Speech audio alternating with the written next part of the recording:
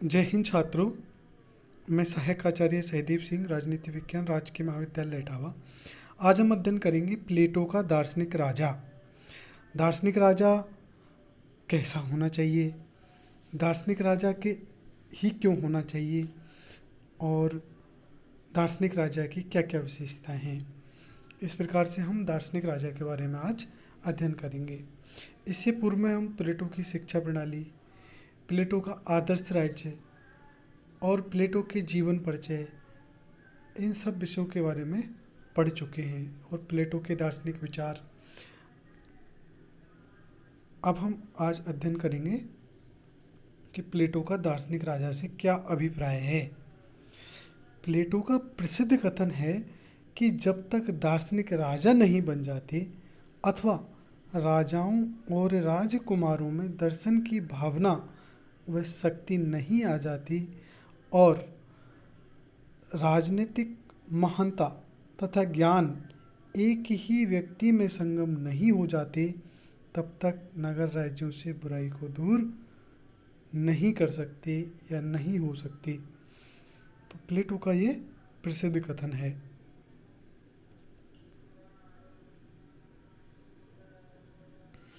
अब क्या कहता है प्लेटो कि दार्शनिक राजा कैसा होना चाहिए। यूनानी विचारक प्लेटो महान दार्शनिक सुकरात के शिष्य थे। उन्होंने रिपब्लिक में दार्शनिक राजा के शासन के महत्व को स्वीकार किया है और दार्शनिक राजा से आशय ऐसे राजा से है जो विवेकशील हो, जो प्रशिक्षित हो।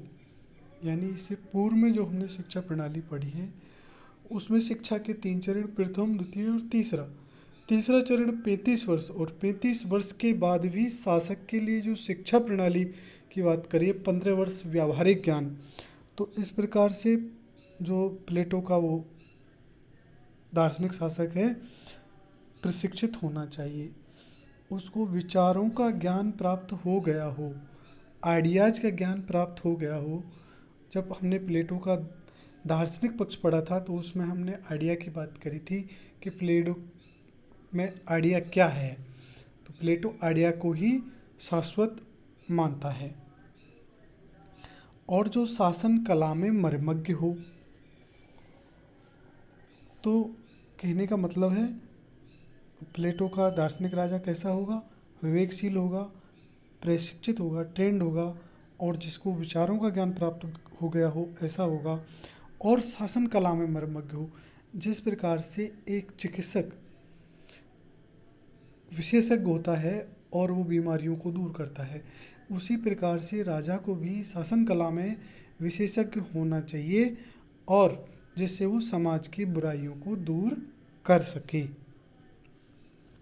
तो इस प्रकार से ये हो गया कि उसका दार्शनिक राजा कैसा हो। अब हम देखें कि भाई प्लेटो ने दार्शनिक शासक ही क्यों हो, ऐसी बात क्यों करी। क्योंकि प्लेटो का ये मानना है कि शासन करने की योग्यता का आधार एकमात्र ज्ञान है, विवेक है, एकमात्र ज्ञान है। और वो कहता है कि मनुष्य के व्यक्तिगत व सामाजिक आचरण को अनुशासित व नियंत्रित करने का अधिकार बुद्धि व विवेक को है। यानी शासन करने की योग्यता का एक मात्र आधार ज्ञान होना चाहिए और जो ज्ञानी है वही व्यक्तिगत और सामाजिक आचरण को अनुशासित व नियंत्रित कर सकता है। जैसे एक व्यक्ति के रूप में हम उदाहरण को लें कि एक व्यक्ति जिसका विवेक प्रधान है या जो विवेक से चालित है उसका जीवन संतुलित होता है। वो अपने विवेक, उसकी भावनाएं, उसकी उत्तेजनाएं, उसकी तृष्णा, उसकी वासना जब विवेक के अधीन रहती है तो उसका जीवन बहुत अच्छे ढंग से संचालित होता है। सेम इसी प्रकार से राज्य है, जिस राज्य में विवेक का शासन होगा और अन्य वर्ग जो वासना का प्रतिनिधित्व करते हैं, जो साहस का प्रतिनिधित्व करते हैं, जब विवेक से नियंत्रित और संचालित होंगे तो वो राज्य भी संतुलित होगा, आदर्श राज्य होगा। पहला कारण। दूसरा आधार क्या है कि दार्शनिक राजा क्यों होना चाहिए। वो कहता है कि एक आदर्श राज्य कुलीन तंत्र ही हो सकता है, परंतु उसके कुलीन तंत्र कहने का तात्पर्य ये नहीं है कि परंपरागत कुलीन तंत्र हो। परंपरागत कुलीन तंत्र का मतलब जन्मजात कुलीन तंत्र हो, ऐसा नहीं। कुलीन तंत्र से आशय ये है, वो ये मानता है कि ये विवेक, ये ज्ञान एक भीड़ में नहीं हो सकता, बहुत कम लोगों में ही एक ज्ञान की प्राप्ति होती है। जैसा कि गीता में भी लिखा है भगवान श्री कृष्ण ने कि इस ज्ञान को प्राप्त करने वाले कोई लाखों में से एक होते हैं। इस प्रकार से प्लेटो का भी यही मानना है कि ज्ञान प्राप्त करने वाले बहुत नहीं हो सकते, इसलिए वो कुलीन तंत्र की बात उस हिसाब से नहीं कहता जिस प्रकार से परंपरागत रूप में या जन्मजात आधार पर हो, यानी ज्ञानी वर्ग कम संख्या में होगा, उसके लिए वही कुलीन तंत्र है। और वो भीड़ तंत्र यानी लोकतंत्र को भीड़ तंत्र कहता है और लोकतंत्र में विश्वास नहीं करता है, क्योंकि लोकतंत्र प्लेटो के जो राज्य थे जिस समय एथेंस, उनकी बुराइयों के मूल कारण थे उनके शासकों का अज्ञान और अविवेक। इस कारण वो ऐसे किसी भी लोकतंत्र में विश्वास नहीं करता जो सार्वभौमिक मताधिकार के आधार पर हो, यानी सभी को भी मत देने का अधिकार हो, शासन में भाग लेने का अधिकार हो, या ऐसी भी कोई शासन प्रणाली जो बोली डालकर शासक का चयन किया जाता हो, पासा फेंक कर शासक का चयन किया जाता हो, इन सब में वो विश्वास नहीं करता था। और अगला आधार था कि शासक एवं राज्य का हित एक होना चाहिए, इसलिए वह इसमें विश्वास करता था दार्शनिक शासक में, क्योंकि अगर शासक स्वार्थी होगा, शासक के हित राज्य के हित से अलग होंगे, तो निश्चित रूप से वो राज्य आदर्श राज्य नहीं हो सकता। इसलिए प्लेटो ने एक ऐसी प्रशिक्षित और दार्शनिक राजा की कल्पना की है जिसके हित में और राज्य के हित में कोई भेद नहीं होगा, उसके हित ही राज्य के हित होंगे, राज्य और उसका कोई स्वार्थ नहीं होगा। ये थी प्लेटो के दार्शनिक राजा क्यों हो ये कारण। तीसरा है, हम प्लेटो के दार्शनिक राजा की विशेषताओं का अध्ययन करेंगे।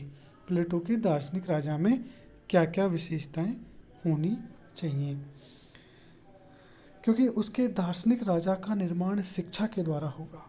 शिक्षा पहला, दूसरा, तीसरा चरण 35 वर्ष तक की शिक्षा और उसके बाद 15 वर्ष का व्यावहारिक प्रशिक्षण, इतनी कठोर शिक्षा।